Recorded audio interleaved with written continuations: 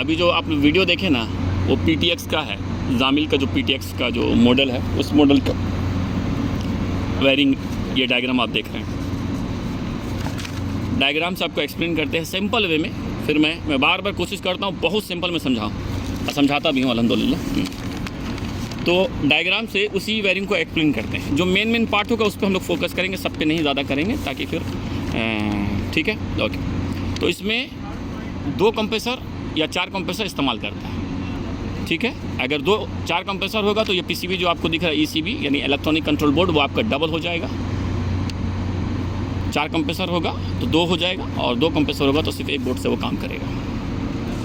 तो इसमें ये कंप्रेसर 1, 2, कंप्रेसर 3, 4, यानी कि जो डायग्राम है ये 4 के लिए कंपनी हर यूनिट में डाला है, लेकिन जिस यूनिट में हम लोग अभी काम कर रहे हैं वो 2 कंप्रेसर है। तो आप 2 का वायरिंग समझ जाएंगे, आपको 4 का समझ में आ जाएगा, सेम वायरिंग है, ठीक है। तो ये कंप्रेसर 1, 2, 3, 4, ये ब्लोअर है। ब्लोअर का जो वायर है वो पहचान के रखिए 68, 69, 70। मैंने हमेशा सब में एक नंबर इसका फिक्स है जामिल का 68, 69, 70 ब्लोअर का। कंप्रेसर का आपका T1, T2, T3, T1 ये सब का आपका सब T है, लेकिन आपका जो 1 होगा वो A होगा, 2 का B, 3 का C और आपका 4 का D हो जाता है। ये नंबर आपका इससे आपको मालूम चल जाता है। अगर यहाँ पर अगर स्टिकर नहीं भी है, कुछ नंबर नहीं भी है कि कंप्रेसर 4 कौन सा है, 2 कौन सा है, तो ईजिली आप इससे लो A, B, C, D, इससे आपका मालूम चल जाएगा कि कौन सा कंप्रेसर है। अगर ऐसी पुराना होने से है ना बहुत सारा आपको स्टिकर नहीं रहता, तो ये ईजिली आप इससे पहचान लेंगे। ओके, इसमें ह्यूमिडिटी है, इसको छोड़ दीजिए, जानिए बाद में। हाई वोल्टेज टर्मिनल ब्लॉक है, हाई वोल्टेज टर्मिनल ब्लॉक है, यानी कि जो ब्रेकर से जो पावर आएगा वो आपका जो AC में जो HV/TV का जो टर्मिनल ब्लॉक है वहाँ पर आप लगाएंगे। वहाँ से ऑलरेडी फैक्ट्री ने सबको पावर दिया हुआ है, सबको 3 फेस इसको कंप्रेसर 1, 2, 3, 4, 5 ऐसे कि दिया हुआ सबको, है ना। ये कंप्रेसर है, बीच में कॉन्टेक्टर है, कॉन्टेक्टर। आपका ब्लोअर में एक ब्रेकर का इस्तेमाल किया, CB है ना, CB बोले तो सर्किट ब्रेकर है, सब दिया हुआ, ठीक है ओके। ये हो गया आपका। बाद में आपको यहाँ पर 3 फेस से और एक आपको जो 3 फेस के बाद आपको जो एक दिया हुआ है न्यूट्रल लाइन, यानी 3 फेस और एक न्यूट्रल लाइन, ठीक है ओके। और ये जो है जामिल का इस तरह जितनी भी अभी AC आ रही है 380 का आ रहा है, पहले 223 फेस का आता था, अभी बंद हो गया है।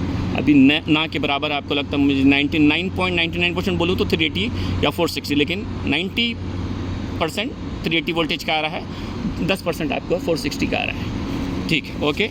बाद में आपको एक अर्थिंग के लिए एक लक्स का इस्तेमाल किया गया है बॉडी पे। 3 फेस लेके एक सेफ्टी डिवाइस आप इसको बोल सकते हैं, जिसका नाम है UVM, और भी बहुत सारे नाम है लेकिन मैं फेमस नाम यूज़ कर रहा हूँ, UVM अंडर वोल्टेज मॉनिटरिंग। ये फेस को मॉनिटर करता है, किसी वजह से फेस अगर ज़्यादा पावर वोल्टेज कम ज़्यादा हो गया, फेस मिस हो गया या फेस सीक्वेंस चेंज हो गया, तो वो आपको ये सब कुछ अगर नॉर्मल रहेगा तो ये दोनों में कंटिन्यूटी बताना चाहिए। कंटिन्यूटी कुछ भी ऐप नॉर्मल हुआ, जो 4 चीज़ें मैंने गिनाया कि वोल्टेज ज़्यादा होने से, कम होने से, फेस सीक्वेंस चेंज होने से या फेस मिस होने से ये ओपन हो जाएगा। ये जैसे ओपन हुआ आगे का सिग्नल रुकेगा, आगे का सिग्नल जब रुका तो पूरा ये क्योंकि PCB में जा रहा है तो ये पूरा रुक जाएगा आपको। तो इसका काम क्या है, यही इसका 4 काम है, वोल्टेज ज़्यादा, कम, फेस सीक्वेंस चेंज या फेस मिस। ये 4 कामों से ये काम करता है। और जब ये नॉर्मल रहेगा यानी ओके रहेगा तो दोनों में कंटिन्यूटी बताएगा, तो दोनों में आपको कंटिन्यूटी बताएगा। तो वायर नंबर क्या है आपका, वायर नंबर देखने के लिए यहाँ पर ये जो नंबर है 1 है, ये 1 नंबर यहाँ पर लिया है UVM से जो निकाल रहा है। 1 लेके ATB में जा रहा है, एक टर्मिनल ब्लॉक है जहाँ सब वायर को कनेक्ट किया गया है, ओके।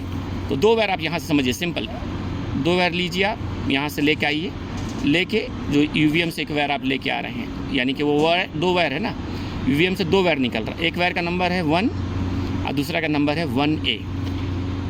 1A को निकाल के जाएगा, बीच में एक चीज़ है जिसका नाम है SD स्मोक डिटेक्टर, जो फायर के लिए काम करता है ये, तो वो हो गया। तो स्मोक डिटेक्टर अगर नहीं है तो 1A या 1B में जंपर होना चाहिए। अगर वो है तो ये जंपर निकाल के दोनों यहाँ पर एक स्मोक डिटेक्टर को 2 वायर, एक 1A में और एक 1B में लगा दीजिए। तो इससे क्या पता चल रहा है, कंटिन्यूटी होना चाहिए। कंटिन्यूटी नहीं हुआ तो रुक जाएगा, कंटिन्यूटी नहीं हुआ तो रुक जाएगा। इसीलिए स्मोक डिटेक्टर का वायर यहाँ आना चाहिए। क्यों, स्मोक डिटेक्टर हमेशा कंटिन्यूटी बताता है जब नॉर्मल रहता है। तो इफ़ इनकेस किसी वजह से वो एबनॉर्मल हुआ या आग लग गया, फायर हो गया, तो वो एबनॉर्मल होना चाहिए कि वो ओपन हो जाएगा। जो NC है वो NO हो जाएगा। जब NO हुआ तो ये ओपन हुआ, जैसे ओपन हुआ आगे का आपका पावर रुका तो वो आपका स्टॉप हो जाएगा। ठीक है, यहाँ से फिर वो आपको 1A से 1B में जाइए, 1B में से आपका फ्यूज़ में जा रहा है और फ्यूज़ से फिर ये आपको पावर में जा रहा है L1 में, यानी कि उसको एक फेस चाहिए। ठीक है ना, एक फेस चाहिए। क्या समझिए, गौर कीजिए। फिर अब यहाँ गौर कीजिए, तो यानी ये पूरा फेस यहाँ से आया, पूरा फेस आया, यहाँ से आके घूम के अब आ रहा है। ये क्लोज़ है ना, जब क्लोज़ रहेगा तो ये फेस लिया, फेस आपको फेस से फ्यूज़ से 1B से स्मोक डिटेक्टर, यहाँ से लेके ये, यानी पूरा एक लाइन है, ये फेस लाइन है। फेस से आया, ये भी पूरा फेस है ये। अब आपका ये कंट्रोल में जा रहा है। तो अब इफ़ इनकेस अगर ये ओपन हुआ तो ये आपको आगे वोल्टेज नहीं देगा, तो जिससे आपका यूनिट रुक जाएगा। ठीक है, अब आपको यहाँ तक आप आ गए, यहाँ हम लोग आ गए, यहाँ पर आ गए। यहाँ पर एक इस्तेमाल किया है, क्या इस्तेमाल है ये 230 इस्तेमाल किया। 230 मीन्स ये आपका ट्रांसफार्मर, इससे पता चल रहा है। तो एक न्यूट्रल लाइन लिया, N यानी NTB, न्यूट्रल टर्मिनल ब्लॉक है ना, NTB न्यूट्रल लाइन। तो ट्रांसफार्मर को 220 चाहिए, एक न्यूट्रल लाइन लेकर ट्रांसफार्मर में दिया। और आपका ये जो इस सिंबल पहचान को लिखा हुआ, ट्रांसफार्मर लिखा हुआ TRANS1, ट्रांसफार्मर 1। ओके, तो एक न्यूट्रल आप दिया और दूसरा आपको ये फेस यहाँ पर आ गया। ये फेस लेके अब हमारा सिस्टम में जो जा रहा है, जो वोल्टेज जो जा रहा है, क्या जाएगा अब हमारा पास, अब जो जा रहा है वो 24 यानी आउटपुट। तो आउटपुट निकल के यहाँ से ट्रांसफार्मर से 2 वायर निकलेगा। जाहिर है कि जब 2 इन हो रहा है तो 2 आउट होगा ना। ये प्राइमरी और सेकेंडरी निकल रहा है। सेकेंडरी जब निकल रहा है तो यहाँ पर जो देखिए PCB, जो ECB 1 बोर्ड की बात कर रहे हैं, ट्रांसफार्मर का पहला वायर 15 में जाएगा, 15 नंबर वायर रखा है उसने, वो निकल के जाएगा GO पे। और दूसरा वायर 17 है, यानी ट्रांसफार्मर का दूसरा वायर, बीच में एक फ्यूज़ का इस्तेमाल किया। ओके, तो ये ट्रांसफार्मर था। तो आपका जो ट्रांसफार्मर से एक लाइन है, उस वायर का नंबर 17 है, वो जाएगा फ्यूज़ में। फ्यूज़ से आउटपुट से, यानी कि सेम ही लाइन है, यानी कि सीधा डायरेक्ट समझने के लिए समझ लीजिए कि ट्रांसफार्मर का एक वायर आप G में लगाएंगे और ट्रांसफार्मर का दूसरा जो वायर है, जो कॉमन लाइन है, वो जाएगा GO पे। ठीक है, ये आपका हो गया यहाँ तक है। यानी कि इस PCB को जो आप वोल्टेज दे रहे हैं, जो इसका मेन जो वोल्टेज है वो कितना हो गया आपका 24 वोल्ट है, क्योंकि इसका प्राइमरी 230 है और आउटपुट 24 है। देखिए यहाँ पर। ओके, एकदम सिंपल में है, कुछ एकदम परेशान होने की बात नहीं। ओके, अब इस PCB में जो आप हम लोग सब जो जैक सब देख रहे हैं ना, सब ये पूरा जैक है, वो इजीली आपको समझ में आएगा। ओके, तो अब हम लोग सबसे पहले जाएंगे ब्लोअर की तरफ। हो गया तो हमारा जो सबसे पहले ऑन होता है, हमारा ब्लोअर ऑन होता है। तो हम लोग ब्लोअर से चलते हैं। ठीक है ना, ब्लोअर से स्टार्ट करते हैं। तो ये मेन PCB, एक ही PCB है, यानी 2 कंप्रेसर के लिए एक PCB। तो ये मेन बोर्ड है इसका, ECB जो इलेक्ट्रॉनिक कंट्रोल बोर्ड। तो हम लोग सबसे देखो नीचे में जाओ, तो नीचे वाला जो जैक है, इस बोर्ड को अगर ये पोजीशन पे रखता है, एग्जाम में लगाता है ये पोजीशन पे, ठीक है ना, ये पोजीशन पे जब लगाओगे तो सबसे जो नीचे वाला जो जैक है उसमें 4 वायर का जगह है, 1 2 3 4। तो एक एम्प्टी है, उसके इस्तेमाल नहीं किया है, तो 3 उसमें से इस्तेमाल किया है। तो सबसे नीचे वाला में जो जैक है, जो PCB में, तो उसमें नंबर क्या है, PCB में लिखा होगा DI10। ओके, DI10 में सप्लाई फैन वो वायर निकला है, यानी PCB से वायर निकल के आपको कहाँ पर आ रहा है, देखिए ध्यान रखो, सीधा आया, यहाँ लेके गए G2 है, यानी कि जो वायर निकल रही है वायर का नंबर हो गया G2। नंबर कभी नहीं पकड़ना, लेकिन समझ लो ये कंपनी इस्तेमाल किया है, तो इजी जामिल का नंबर है G2। ठीक है, G2 से लेके गया कहाँ पर है, ये ओवरलोड है, सर्किट ब्रेकर है, और फिर ये ओवरलोड है। ये सर्किट ब्रेकर भी क्लोज रहता है। सर्किट ब्रेकर क्या चीज़ का, ये ब्लोअर कॉन्टेक्टर का ब्रेकर है ये, उसमें से 2 वायर। तो एक वायर चला गया आपका, ये वायर आया सर्किट ब्रेकर के उसमें लगा, और उसका जो दूसरा हिस्सा यानी कि पूरा क्लोज है, ये निकल के चला गया ओवरलोड में। ठीक है, तो यानी कि यहाँ से जो G2 आप लेके आ रहे हैं, सर्किट ब्रेकर का क्लोज पॉइंट पे लगाना है, वहाँ से जो आउट होगा वो भी क्लोज होगा, यानी कि पूरा सब एक ही लाइन है, सिंगल लाइन है। सिंगल लाइन को लेके जाओ ब्लोअर ओवरलोड पे, यानी कि ब्लोअर कॉन्टेक्टर का ओवरलोड में, वो भी क्लोज पॉइंट पे। ओके, वो NC रहेगा। ओके, जब कुछ प्रॉब्लम होगा तब वो ओपन होगा, नॉर्मली वो नॉर्मल क्लोज रहेगा, कभी वो ओपन नहीं वो होगा तब जब प्रॉब्लम होगा तब। तो पूरा सिंगल लाइन ही हम लोग का आ रहा है, यहाँ से भी लेके आप यहाँ पर ला के थर्मोस्टेट में लगा दीजिए। LVT भी बोले तो थर्मोस्टेट का वायर वहाँ लगता है, RCG है ना, यहाँ से। और फिर यहाँ से आप जो फील्ड वायरिंग है, थर्मोस्टेट का वायर आप G से लेके, यानी कि पैकेज यूनिट का टर्मिनल से लेके थर्मोस्टेट में लगा सकते हैं। तो ये हो गया हमारा, किसका हो गया, थर्मोस्टेट का, इसका सॉरी ब्लोअर का। ब्लोअर का हो गया। अब हम लोग हीटर का भी सेम है। आप तो हीटर का जो नंबर है DI8 और DI9, ओके, 2 वायर लोगे, 2 वायर लेके आप सीधा आप आइए। हीटर का कितना हो गया आपका है कि W1 और W2। ज़्यादा हीटर होगा तो वो बढ़ जाएगा। हम लोग 2 हीटर को मान के चल रहे हैं, 2 हीटर ही है इसमें, तो क्योंकि एक PCB से 2 को लेगा, ठीक है, 2 ही का लेगा, ज़्यादा नहीं है। फिर 4 है तो फिर दूसरा PCB में चल रहा है, कनेक्शन सेम होगा, तो आप सेम जगह से आपको निकालना होगा। तो हीटर 1 हीटर 2 को आप लेके आए W1 W2 पे, ठीक है, ओके। तो यहाँ लिखा भी है देखो, W3 W4 क्या है, ECB2। अगर ज़्यादा है तो आपको PC यानी सेम ये आपका बोर्ड, दूसरा बोर्ड का इस्तेमाल करना है, क्योंकि एक बोर्ड से 2 सिस्टम के लिए, ठीक है। तो हीटर 1 इसके लिए W1 और W2 में इस्तेमाल कीजिए, आपका ये हो गया। हीटर हम लोग समझ गए हैं, ओके। ये हमारा है ना, इसको हटा दीजिए, छोड़ दीजिए, इतना बहुत ज़्यादा डीप में नहीं जाएंगे हम लोग, क्योंकि ये सब सेंसर वगैरह है, या ये नहीं भी रहेगा तब भी आपका सिस्टम चलेगा, हम लोग बात करेंगे बाद में। अभी जो सिंपल हमारा सिस्टम ऑन होना चाहिए कि नॉर्मल टेक्नीशियन भी आसानी से उसको ऑन कर ले, उस पर बात करते हैं, ठीक है ना। ऑप्शन तो बहुत सारा है, लेकिन जो हमको ईजी हो, जो हम सिर्फ जो मेन है ट्रबल शूट करना, प्रॉब्लम पकड़ना और हमको इसी स्टार्ट करना, ये हो गया आपका, ओके। अब हमारा जो मेन काम है, किसका काम है, कंप्रेसर 1 कंप्रेसर 2। तो यहाँ पर आप जो ये जाएंगे, ये नंबर को याद रखो, ये आपका DI6 DI7 2 wire, DI6 DI7 2 wire को लेके DI6 आपको जो लगेगा Y1 में, और DI7 आपका Y2 में लग जाएगा सीधा, नहीं उठा कि यहाँ पर Y2 Y1 Y2, ठीक है। DI6 को डायरेक्ट ला के जो थर्मोस्टेट का जो टर्मिनल है RCG, वहाँ पर आपको लाना है, यानी कि आपको Y1 में यहाँ से आएगा Y1 और DI7 Y2 हो गया, ओके, ये आपका लग गया। बाद में जो लोग कंफ्यूज हो रहे हैं, मेन जो कंफ्यूज हो रहे हैं वो इस पे होते हैं, किस पे कंफ्यूज होते हैं, LP HP पे। ये भी सिंपल है, एकदम सिंपल है मेरे हिसाब से, ओके, सिंपल है। यहाँ से सबसे पहले यहाँ से एक वायर लेके आ रहा है वो, ठीक है, यहाँ से एक वायर लेके आ रहा है। ये वायर आप समझिए क्या वायर है, ये कॉमन है, ये 24 वोल्ट का कॉमन है, ये कॉमन है, और ये दूसरा उसका हिस्सा, यानी कि ये और ये दोनों आप जो वायर है आपका, इसको ध्यान रखिए, ठीक है। तो यहाँ से एक वायर लिया, वो लेके आया, ठीक है, लेके आया आपका HP स्विच पे, HP पे लगा, HP से फिर आपका वो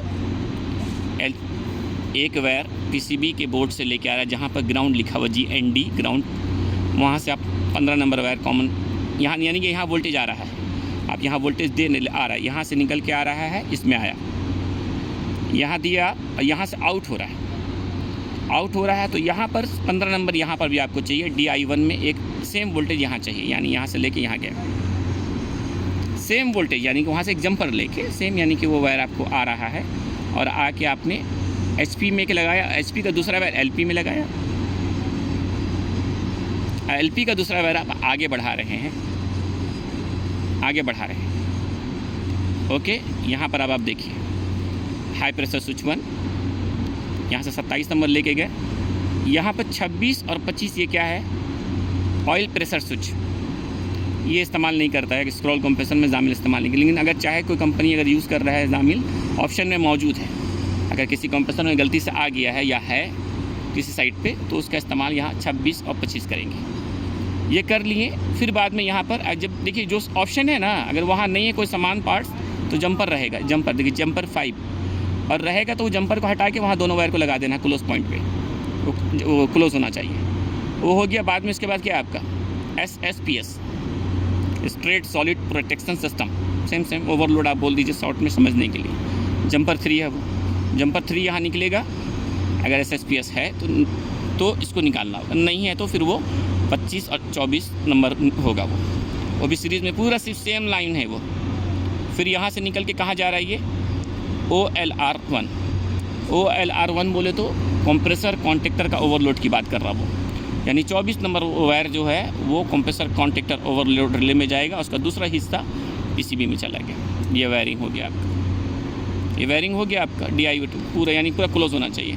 अब वो किसी वजह से इसमें से कोई भी पॉइंट आपका, मान लो सब overload, SSPS, oil pressure switch, HP switch, LP switch कोई भी ओपन हुआ, तो ये जब ये ओपन हुआ, और जब ये सिग्नल देगा, जब ये क्लोज नहीं रहेगा यहाँ से यहाँ, तब वो सिग्नल पीसीबी को देगा कि कुछ एबनॉर्मल है, तो फिर वो ट्रिप हो जाता है, ट्रिप का सिग्नल आता है, ट्रिप हो जाता है। तो ये पूरा यहाँ से यहाँ तक क्लोज होना चाहिए और हमें कंटिन्यूटी, मान लो ट्रिप है नहीं चल रहा है, तो यहाँ से और एक एक करके 1 बाय 1 करके यहाँ पर कंटिन्यूटी देखे। इसमें बता रहा तो यहाँ तक ठीक है, यहाँ से आगे यहाँ कंटिन्यूटी देखे 26 में, इसमें कंटिन्यूटी बता रहा तो ओके है, फिर यहाँ देखे, एक एक करके चेक करना चाहिए। हम लोग सिर्फ अभी वायरिंग के ऊपर बात करते हैं। ये हो गया। तो सेम वायरिंग ये देखो, ये ए है, ये बी है, यानी सिस्टम 2 का है। तो एक का सिस्टम का आप वायरिंग सीख गए, ये आप सीख जाएंगे, तो एक को खाली समझना है। ओके, ये हो गया आपका।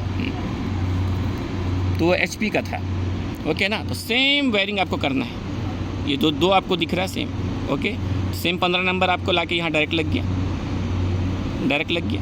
बाकी आपका पूरा सीरीज़ में है सब, overload, SSPS, oil pressure switch, ये हो गया आपका। ये आपका LP-HP का कनेक्शन हो गया। अब आपको यहाँ इस तरफ से समझना है, इस तरफ से क्या है इसके ऊपर, कुछ खास तो है नहीं इस पर इतना, ओके। अब है blower motor contactor. Blower motor contactor, अब हाँ, ये नंबर को फिर पहचानो, ये नंबर यानी कि N09 का जो जैक नंबर है PCB में, वहाँ से एक वायर लेके जाइए, एक TDS का है, यहाँ से एक वायर लेके गए, यानी ब्लोअर मोटर कॉन्टेक्टर का वायर डायरेक्ट आप N09 में लगा दो, N09 में लगा दो, ठीक है, ओके। मैं शॉर्ट में समझा रहा हूँ कि एकदम सिंपल, ताकि बस ऑन हो जाए वो, और वो ऑन हो जाएगा कंफर्म। ये ब्लोअर मोटर कॉन्टेक्टर है। ये जो सिंबल है ना, ये ब्लोअर मोटर कॉन्टेक्टर का कोयल का सिंबल है, यानी इस कोयल को 24 वोल्ट चाहिए, सॉरी 220 चाहिए, गलती, सॉरी 220 चाहिए, ठीक है। तो ये जो आ रहा है, यानी कॉन्टेक्टर का दो हिस्सा ना, एक तरफ नंबर 2 वायर लगेगा, यानी न्यूट्रल वायर, दूसरा फेस, यानी यहाँ से जो आउटपुट होगा कौन सा होगा, फेस होगा। तो हाँ, जब यहाँ से आउटपुट होगा फेस होगा। आप इस तरफ आप वायर लगा दिए न्यूट्रल, और यहाँ से N09 से जो वायर निकलेगा 14 नंबर, वो ब्लोअर मोटर कॉन्टेक्टर कॉल का इस तरफ लगेगा। तो ये हो गया N, ये फेस मिला तो 220 आएगा, तो ये एनर्जाइज हो जाएगा, ओके। बाद में पम्प डाउन सोलेनॉइड के लिए है, 1 का समझिए, सिर्फ एक स्टेज का समझिए, बाकी सब पम्प डाउन सोलेनॉइड वाल्व। इसका आपका 4 वायर पम्प डाउन का वायर कहाँ लगेगा, एक न्यूट्रल लग गया, दूसरा N02 में लग गया, N02 जैक PCB का जैक नंबर N02। सोलेनॉइड की बात करें, सोलेनॉइड 2 का N06, दूसरा वायर न्यूट्रल में। ये हो गया 2 सोलेनॉइड का। कंप्रेसर 1 का कॉन्टेक्टर जो है वो न्यूट्रल चाहिए, न्यूट्रल सबको चाहिए क्योंकि 220 का है। और दूसरा कोयल का जो दूसरा हिस्सा है वो आपका लग गया N01 में, N01। Compressor 2 N05, N05। बाद में 41B, ये सिग्नल के लिए, BMS के लिए ये भी है। ये नहीं भी लगा तो आपको चलेगा, सिग्नल के लिए अगर कोई इस्तेमाल करना चाहता है तो फोल्ट रिले है, FR फोल्ट रिले। तो ये आपका यानी कि N03 से आपको वो सिग्नल लेगा, जब अगर ट्रिप किया तो वो सिग्नल लेगा, तब वो सिग्नल लेगा। 41 है तो वो N03 से, और आपका सिस्टम स्टेज 2 का आपका N07 से, ये है, ओके। एक और आप इसके समझने के लिए, आपका जो यूज़र इंटरफेस जो कैरल कंट्रोल का आप जो दिखाए थे आपको, उसका केबल यहाँ लगेगा, सीरीज़ केबल बना, वो जो नेट का जो केबल आता है जैक, वो यहाँ पर फिट हो जाएगा, ठीक है। बाद में अगर 4 कंप्रेसर है तो 2 बोर्ड हो गया, 2 बोर्ड हो गया तो ये दोनों जो इंटरकनेक्टिंग है वो आपका 3 वायर यहाँ से लेके दूसरे बोर्ड में कनेक्ट करना है, उसको इंटरकनेक्टिंग बोलते हैं। ECB1 मेंशन है, कुछ भी करने की ज़रूरत नहीं है, खाली बस पढ़े, थोड़ा ध्यान देंगे आपको समझ में आने लगेगा। ECB1 से लेके ECB2 पे लगाना है। Number wire number 99 A B C 3 wire है, तो आपका यहाँ पर RX जो पूरा नंबर दिया हुआ है, तो यह 99A का सेम नंबर पे सेम जो जैक लगा देना है, बस इतना सा सिंपल में कनेक्शन है, ओके।